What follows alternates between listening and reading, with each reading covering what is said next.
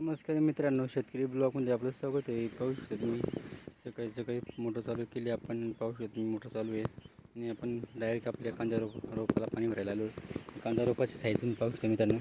तर आता आपण म्हटलं की 15 ते 10 दिवसांनी रोप लागवडीसाठी येईल. तर मित्रांनो आता कांदा रोप लागवडला काही अडचण नाही मित्रांनो. तर त्याची साईज पण भरपूर झालेली आहे आणि त्याची पाहू शकता एक एक काडी आपण लावू शकतो.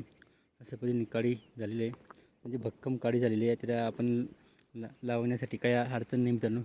त्याला आपण पाणी भरत आहोत जेणेकरून आपण 2-4 दिवसांनी लागवड सुरू करायची आपल्याला, म्हणून आपण त्याला पाणी देतो आहे. जेणेकरून आपण रोप जेव्हा आपण हाताने उपटला जातो तेव्हा ते व्यवस्थित निघलं जाईल, तुटणार नाही. याच्यामुळं आपण त्याला पाणी दिलं तर तो एकूण एक आपल्या जी खालचा मुळा असतो तो मुळा तुटत नाही, म्हणून त्याला आपण व्यवस्थितपणे पाणी भरलं का मग ते तुटत नाही.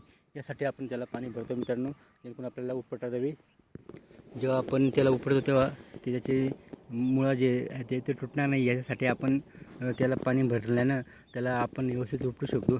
म्हणजे असं पकडलं का तर डायरेक्ट निघून येणार. आणि पाणी कमी भरलं असेल तर आपण 2-4 दिवसात जर पाणी भरून उपटलं तर त्याला डायरेक्ट हा तुटून जातो. म्हणून आपण त्याला पाणी भरतो कांदा रोपाला. तुम्ही पाहू शकता. तर आता काय अडचण नाही, आपल्या कांदा रोप डायरेक्ट लागवडीसाठी आलेले आहे. काही दिवसांनी आपण लागवड करणार मित्रांनो, कारण की आपला कांदा लागवड बाकीचे आहे. अजून एक टप्पा झालेला आहे, आता दुसरा टप्पा बाकी मित्रांनो. व्हिडिओ आवडला तर लाईक शेअर कमेंट करा. आमच्या चॅनल सबस्क्राईब करा. जय जवान जय किसान मित्रांनो.